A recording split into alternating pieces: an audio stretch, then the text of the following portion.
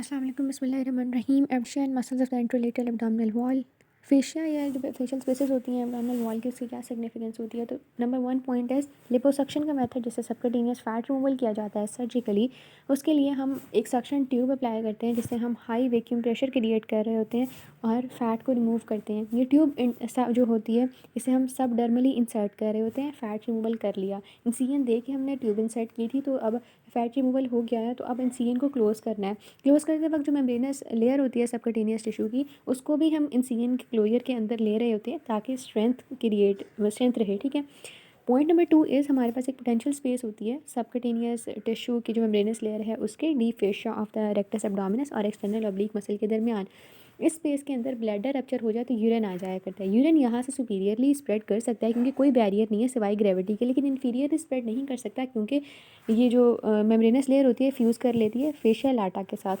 Third point is endo abdominal fascia को हम open करते हैं, ताकि हम किडनी तक एक्सेस हासिल कर लें, ताकि हम जो लंबर वर्टिब्रा की बॉडीज़ हैं उनको तक एक्सेस हासिल कर लें।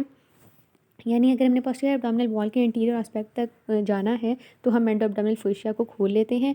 और इसका फ़ायदा ये होता है कि हमें पेरिटोनियल सैक को नहीं खोलना पड़ता। हमारे पास जो कंटेमिनेशन के रिस्क होते हैं वो बहुत कम रहते हैं। फिर आ जाता है ट्रांसवर्सैलिस फेशिया, फोर्थ पॉइंट। ठीक है। ट्रांसवर्सैलिस फेशिया और पैराइटल पेरिटोनियम के दरमियान एक स्पेस होती है, जिसे हम स्पेस ऑफ बॉग्रॉस कहते हैं। यहाँ पर हम प्रोस्थेसिस यानी बाहर से कोई मैन मेड जो पार्ट है या मैन मेड चीज़ है, वो हम यहाँ पर प्लेस कर देते हैं। एग्जांपल उन्होंने दी हुई है इंग्वाइनल हर्निया की रिपेयर की, कि जिसके अंदर हम एक मैश जो है, एक जाली टाइप वहाँ पर प्लेस कर देते हैं।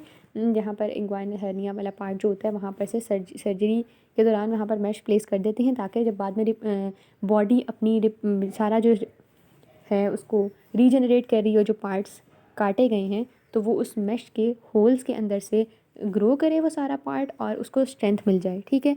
उसके बाद आ जाता है प्रोटूबरेंस ऑफ द एब्डोमेन। जो बच्चे होते हैं उनके अंदर एब्डोमेन वो प्रोमिनेंट होता है। इसकी रीजंस उन्होंने दी हुई हैं कि क्योंकि उनकी जीआईटी के अंदर एयर होती है, उनकी जो एंट्रोलेटरल एब्डोमिनल कैविटीज़ होती हैं वो एनलार्ज हो रही होती हैं। ठीक है। जो मसल्स होते हैं वो स्ट्रेंथ गेन कर रहे होते हैं, और मसल्स अगर वेल टोन्ड हों तभी वो अच्छे तरीके से प्रोटेक्ट कर सकते हैं सारे उस पार्ट को जो उनके नीचे प्रेजेंट है। चौथी बात आ जाती है कि क्योंकि यंग चिल्ड्रन के अंदर लिवर भी लार्ज होता है, so these all were the reasons कि क्यों उनके अंदर प्रोमिनेंट एब्डोमेन होता है। लेकिन अगर हम देखें एडल्ट्स के अंदर, जब एडल्ट्स एक सुपाइन पोजीशन में होते हैं, तो जो एब्डोमेन होता है वो फ्लैट होता है, या स्केफॉइड यानी बोट लाइक पोजीशन के अंदर एब्डोमेन पड़ा होता है। ठीक है। अब हमारे पास ये तो हो गया कि इस तरह होना चाहिए चिल्ड्रन और एडल्ट्स के अंदर। लेकिन अगर एब्डोमिनल प्रोट्रूजन है, ठीक है, तो उसके क्या क्या कॉजेज़ हो सकते हैं? उन्होंने 6F दिए हुए हैं कि foetus, food, fluid, fat, faeces और फ्लैटनेंस। फ्लैटस उन्होंने लिखा हुआ है कि फ्लैटनेंस हो सकती है कि due to the gas. Faeces की वजह से जो है एब्डोमिनल प्रोट्रूजन क्रिएट हो सकती है। फ़ैट की वजह से यानी ओवर नरिशमेंट की वजह से हो सकती है। फ्लूइड की वजह से क्या होता है कि हमारे पास इंट्रा एब्डोमिनल प्रेशर ज़्यादा हो जाता है। इंट्रा एब्डोमिनल प्रेशर ज़्यादा है तो उसकी वजह से पेट में पानी पड़ जाना, जिसे हम एसाइड्स कहते हैं, वो हो जाते हैं, जिसकी वजह से अम्बिलिकल इवेरियन भी क्रिएट हो जाती है। अब इंट्रा एब्डोमिनल प्रेशर जो है, अगर कोई ऑर्गन बहुत एनलार्ज हो गया, कोई ट्यूमर प्रेजेंट है, या फिर फीटस वगैरह की वजह से भी इंट्रा एब्डोमिनल प्रेशर इंक्रीज़ हो जाता है। ठीक है। एब्डोमिनल प्रोट्रूजन की इन 6F के अलावा जो कॉजेज़ हैं वो वही आगे की ऑर्गेनोमेगैली, कोई ऑर्गन बहुत लार्ज हो गया है, या फिर जो एब्डोमिनल मसल्स हैं ओल्ड एज के अंदर भी, या फिर अगर एक्सरसाइज कम करें तब भी उनकी एट्रॉफी हो जाती है। ठीक है। जब उनकी एट्रॉफी हो गई है, तो अब वो अपनी जो नॉर्मल टोन जो नॉर्मली वो प्रोवाइड कर रहे होते हैं, वो नॉर्मल टोन वो प्रोवाइड नहीं कर सकते, और जिसकी वजह से एब्डोमिनल वॉल जो होती है वो प्रोट्रूड कर जाती है। ठीक है। एंटीरियर पेल्विस की तरफ वो प्रोट्रूड कर जाती है, यानी उस पर जो पहले मसल्स जो थे वो अपनी टोन बरकरार रखे हुए थे, जो भी सारा उस पर प्रेशर आ रहा था कि तुम आगे को प्रोट्रूड कर जाओ, उसको रेजिस्ट कर रहे थे। अब क्या हुआ, मसल्स वीक हो गए हैं, वो उस प्रेशर को रेजिस्ट नहीं कर पा रहे, तो जिसकी वजह से एब्डोमेन प्रोट्रूड आउट कर गया, और एंटीरियर पेल्विस जो है उस पर वेट बहुत ज़्यादा इंक्रीज़ हो गया, जिसकी वजह से क्या होगा कि एंटीरियर पेल्विस जो होगा वो एंटीरियरली टिल्ट करेगा हिप जॉइंट पर जब बंदा खड़ा होगा। ठीक है। जिसकी वजह से प्यूबिस जो होती है वो डिसेंड कर जाती है, और सैक्रम जो होती है वो असेंड कर जाती है, यानी एक एक्सेसिव लॉर्डोसिस की कंडीशन क्रिएट हो जाती है। उसके बाद एब्डोमिनल हर्नियास आ जाते हैं। एंट्रोलेटरल एब्डोमिनल वॉल में एब्डोमिनल हर्नियाज जो होते हैं वो नज़र आते हैं, या वहाँ पर वो उनकी site of the abdominal hernias, ठीक है। स्पेशली उस जगह पर जहाँ पर कोई चीज़ एब्डोमिनल वॉल को पियर्स करके जा रही है, तो वो पॉइंट जो है वो एक पोटेंशियल वीकनेस का पॉइंट होता है जहाँ पर एब्डोमिनल हर्निया हो सकता है। अब इसमें डिफरेंट टाइप्स ऑफ हर्नियाज हैं। एम्ब्लाइकल हर्निया जो होता है वो न्यूनेट्स के अंदर प्रेजेंट होता है, ठीक है।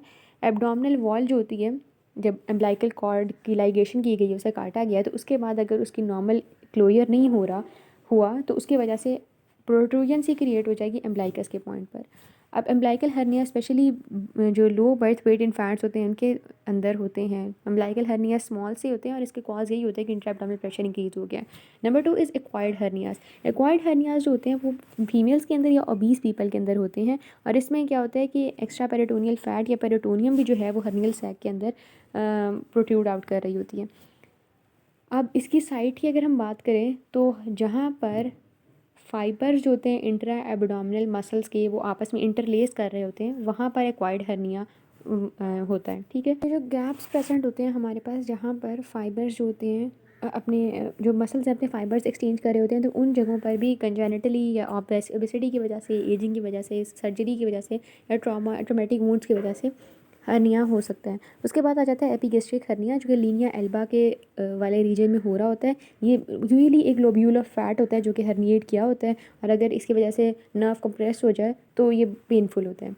फिर स्पाइजीलियन जिसके अंदर हर्निया सेमी ल्यूनर लाइंस के वाले एरिया में हर्निया एग्जिस्ट कर रहा होता है, जो कि 40+ एज में हो रहा होता है और ओबेसिटी की वजह से हो रहा होता है। फिर आज मैंने बात बताई हुई है कि हर्नियल सैक जो होती है ना, उसके अंदर ये हर्नियल सैक के अंदर पेरिटोनियम है, हर्नियल सैक के अंदर स्किन है, हर्नियल सैक के अंदर सबकटेनियस फैटी टिश्यू है, और कभी कभी ऐसा होता है कि जो मसल्स है ना वो भी हर्नियल सैक के अंदर चले डीप टू द मसल अकर हो रहा होता है, ठीक है।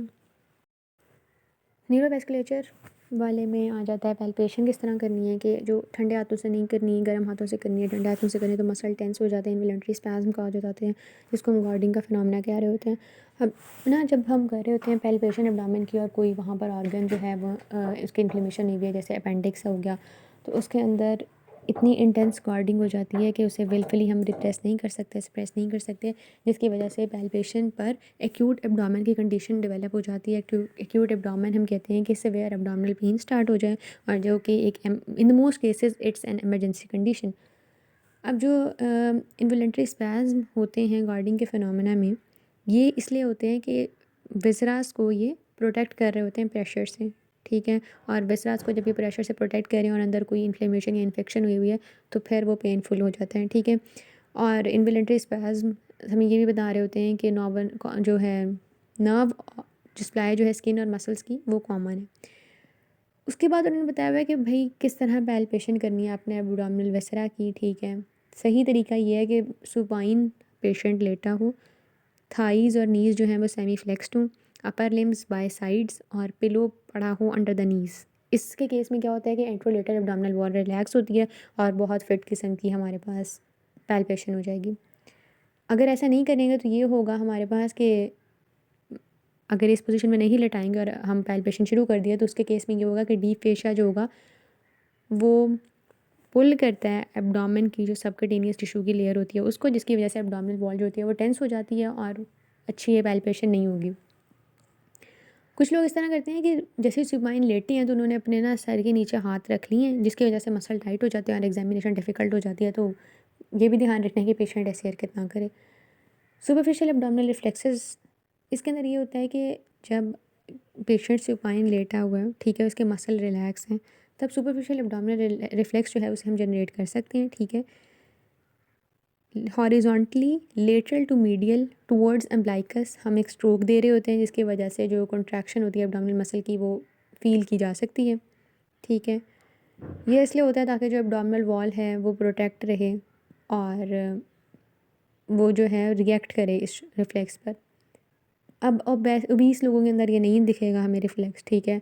और इसके अलावा अगर एब्डोमिनल रैपिड रिफ्लेक्स जो एब्डोमिनल इंजरी है ना, उसके अंदर इसी तरह का एक रैपिड रिफ्लेक्स होता है, जिसकी वजह से एब्डोमिनल स्किन जो है वो इंजर हो जाती है, ठीक है। उसके बाद injury to the nerve of anterolateral abdominal wall, हमारे पास T7 से T12 जो कि इंफीरियर थोरेसिक स्पाइनल नर्व्स होती हैं, और जो L1 है इलियो हाइपोगैस्ट्रिक इलियो इंग्वाइनल नर्व, ये मल्टी सेगमेंटल इनर्वेशंस दे रही होती हैं, ठीक है, सेपरेटली इनर्वेट कर रही होती हैं। एंट्रोलेटरल एब्डोमिनल वॉल के अंदर जो नर्व सप्लाई होती है वो ज़्यादातर ऑब्लिक या मोस्ट ऑफ द केसेस में हॉरिजॉन्टल होती है, ठीक है। अब कोई भी सर्जिकल ट्रॉमा होगा किसी भी लेवल पर एब्डोमिनल वॉल में, तो मसला आता है कि नर्व जो इंजरी है ना वो हो सकती है, और उसकी वजह से फिर नर्व इंजरी होगी तो नर्व जिस मसल को सप्लाई करी थी वो मसल वीक हो गया। इसके अलावा जो है ना सर्जिकल ट्रॉमाज जैसे इंसिजन हो गया, जैसे ऑब्लिक सब कोस्टल इंसिजन है जो कि हम पेंक्रियाज के लिए करते हैं या फिर उसके लिए करते हैं लिवर के लिए, तो उसमें भी रिस्क होता है कि डीनर्वेशन ना हो जाए। लेकिन नर्व्स जो होती हैं इनकी बहुत ज़्यादा स्प्रेड होती हैं। कोई भी इंसिजन अगर हम इंसिजन करें लिवर और पेंक्रियाज के लिए, तो इसमें ये पॉसिबल नहीं होता कि हम बिल्कुल ही सारे नर्व्स को वो आइडेंटिफाई करके प्रोटेक्ट कर लें।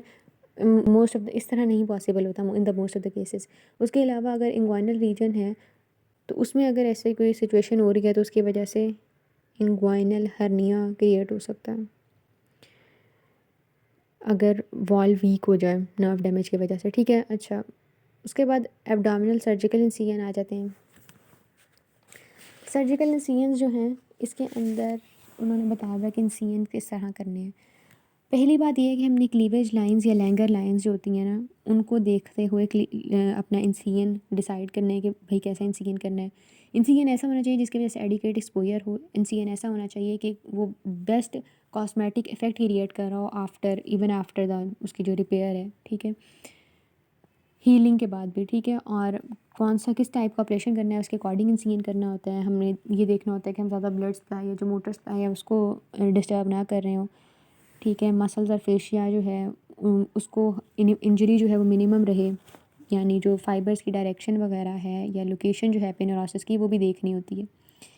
और इसके अलावा फेवरेबल हीलिंग किस तरह से होगी वो देख के हमने टाइप ऑफ इंसिजन डिसाइड करनी होती है, क्योंकि काफ़ी टाइप्स ऑफ इंसिजन हमने ये देखना होता है कि कौन सी in the given case best रहेगी, ठीक है। और ये करते हैं कि हम मसल को यूजुअली ट्रांसेक्ट नहीं कर रहे होते, यानी ट्रांसेक्ट कर रहे हैं बिल्कुल मसल को तो मसल फाइबर्स की डेथ हो जाती है। हम यूजुअली उनको स्प्लिट कर रहे होते हैं दरमियान से, ठीक है। रेक्टस एब्डोमिनस के केस में एक एक्सेप्शन है कि रेक्टस एब्डोमिनस को हमें ट्रांसेक्ट करना पड़ता है, क्योंकि उसकी जो टेंडनस इंसर्शंस हैं और उसकी जो सेगमेंटल नर्व सप्लाई है लेटरल पार्ट को जो सप्लाई कर रही होती है ऑफ द रेक्टस एब्डोमिनस, उसके दरमियान बहुत कम डिस्टेंस होता है। लेकिन जो नर्व सप्लाई होती है फिर जब हम इस तरह ट्रांसेक्ट कर रहे होते हैं तो नर्व सप्लाई लेटरल पार्ट होती है नर्व सप्लाई, तो हम उसे लोकेट कर लेते हैं और उसको प्रिजर्व कर लेते हैं। बात ये होती है कि एंट्रोलेटरल एब्डोमिनल वॉल जो होती है ना वहाँ पर अगर हम इंसिजन दें तो हमारे पास एक फ्री एक्सेस होती है टारगेटेड ऑर्गन की तरफ, क्योंकि नर्व सप्लाई वहाँ पर कम होती है और हम मसल को ना उसकी नर्व सप्लाई मसल और वेसरा को उसकी नर्व सप्लाई की तरफ रिट्रैक्ट करते हैं, ठीक है। आप हम इसे वाइस वर्सा नहीं रिट्रैक्ट करते। उसके बाद ये होता है कि अगर यार नर्व सप्लाई कट हो जाए तो फाइबर्स पैरालाइज हो जाएंगे, एब्डोमिनल वॉल जो है वो वीक हो जाएगी। और अगर तो मोस्ट ऑफ द केसेस में ये होता है कि जो एरिया है स्पेसिफिक वहाँ पर नर्व सप्लाई ओवरलैप कर रही होती है, तो इस तरह होता है कि छोटी छोटी ब्रांचेस जो होती हैं वो नहीं लोकेट हो पाती और कुछ छोटी ब्रांचेस कट जाती हैं। Noticeable motor loss and noticeable sensation loss नहीं हो रहा होता। लॉन्गिट्यूडनल हम दे रहे होते हैं जो कि वर्टिकल भी हो सकता है बिल्कुल, जो कि मीडियन प्लेन में भी हो सकता है और जो पैरामीडियन प्लेन के अंदर भी हो सकता है। इसकी वजह से एक्सपोजर बहुत अच्छा हो जाता है और हमें विसरास की तरफ एक्सेस मिल जाती है और कॉम्प्लिकेशन कम से कम रहती हैं। अब इसमें मीडियन प्लेन के अंदर जो इंसिजन होते हैं उसमें मसल या वेसल्स या नर्व्स को तो हमने काटना ही नहीं है। लीनियर एल्बा के अलॉन्ग हमने इंसिजन देना है, क्योंकि वहाँ से नर्व्स या वेसल बहुत कम क्रॉस कर रही होती हैं। कुछ लोगों में जब हम ये इंसिजन देंगे ना लीनियर एल्बा के अलॉन्ग तो सामने हमारे पास एक फ़ैट रिवील होगा जो कि वेस्कुलराइज्ड होगा, ठीक है। लीनियर एल्बा की अगर हम बात करें तो उसकी जो वेस्कुलर सप्लाई है वो बहुत पुअर होती है, तो अगर अच्छी तरह से उसके एजेस को अलाइन करके इंसिजन क्लोज करते वक्त नहीं प्रॉपर मेथड इख्तियार किया गया तो उसकी वजह से नेक्रोसिस या डीजेनरेशन वहाँ पर हो सकती है। पैरामीडियन जो होती है वो मीडियन प्लेन के पैरेलल होती है, ठीक है। मैं पैरेलल कह रही हूँ, लेटरल होती है, पैरामीडियन यानी lateral to the median plane, ठीक है। इसमें क्या होता है कि सैजिटल प्लेन के अलॉन्ग इंसिजन देना पड़ेगा और anterior layer of the rectus sheath काटनी होती है, लेकिन हम रेक्टस मसल को लेटरली रिट्रैक्ट कर लेते हैं, जिसकी वजह से टेंशन और न्यूरोवेस्कुलर जो सप्लाई है उसकी तरफ इंजरी नहीं होती। अगर हमने जाना है पेरिटोनियम में, पेरिटोनियल कैविटी के अंदर एंटर होना है, तो हमें पोस्टीरियर जो लेयर होती है रेक्टस शीथ की उसको इंसाइज करना पड़ेगा। ऑब्लिक या ट्रांसवर्स इंसिजन जो होते हैं ये बेसिकली रिलेटेड होते हैं टू द नर्व फाइबर की ओरिएंटेशन, या फिर जो इर्द गिर्द हार्ट टिश्यू पड़ा हुआ है उससे रिलेटेड होते हैं। इसमें भी नर्व डैमेज कम से कम होता है। और इसमें सबसे पहले डिफरेंट टाइप्स ऑफ इंसिजन आ जाते हैं जो कि ऑब्लिक या ट्रांसवर्स इंसिजन हैं। सबसे पहले ग्रेडाइन इंसिजन है जो कि एपेंडेक्टमी के अंदर यूज़ होता है, इसके अंदर मसल स्प्लिटिंग की जाती है। फिर मैकबर्नी इंसिजन है जो कि मैकबर्नी पॉइंट पर होता है। मैकबर्नी पॉइंट मैं यहाँ पर दिखा देती हूँ।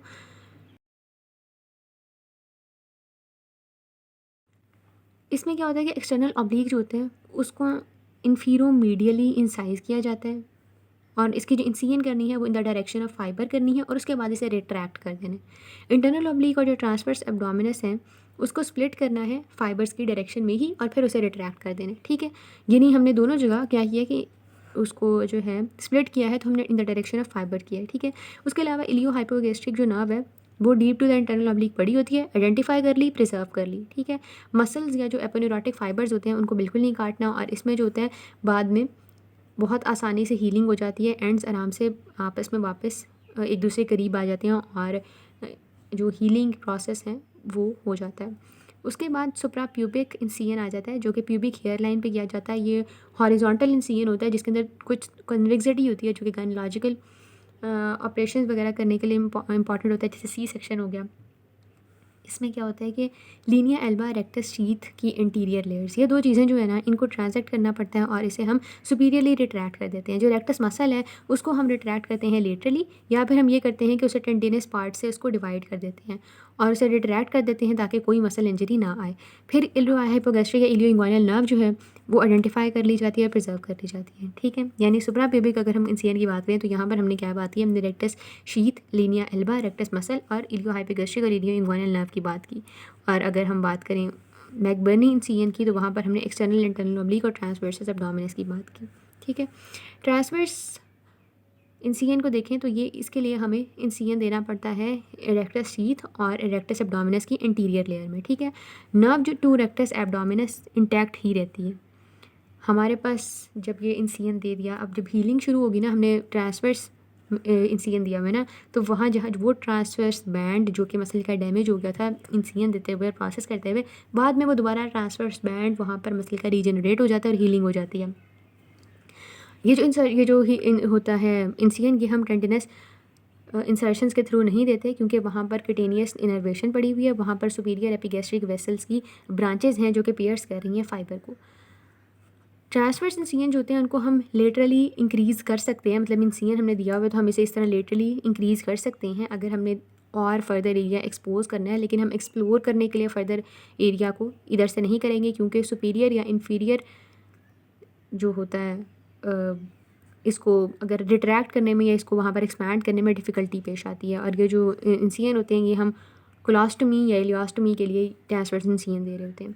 सपोस्टल इंसिजन्स जो होते हैं वो देते हैं हम gall bladder, biliary duct right side पर, या जो स्प्लीन आ जाती है लेफ्ट साइड से, अगर उसको एक्सेस हासिल करनी है तो उसके लिए सब कोस्टल इंसिजन्स होते हैं। कोस्टल मार्जिन पड़ा होता है ना, ये रिप पड़ी है तो ये फॉर एग्जांपल ये रिप पड़ी है, ठीक है, लास्ट रिप है ये, इसके बिल्कुल पैरेलल यहाँ पर इंसिजन देंगे लेकिन 2.5 सेंटीमीटर का फासला रखेंगे ताकि जो हमारी 7th या 8th इंटरकोस्टल नर्व है उसको हम काट ना दें। बाकी कोस्टल मार्जिन के पैरेलल है, सही हो गया। उसके बाद जो नेक्स्ट क्लिनिकल है वो है हाई रिस्क।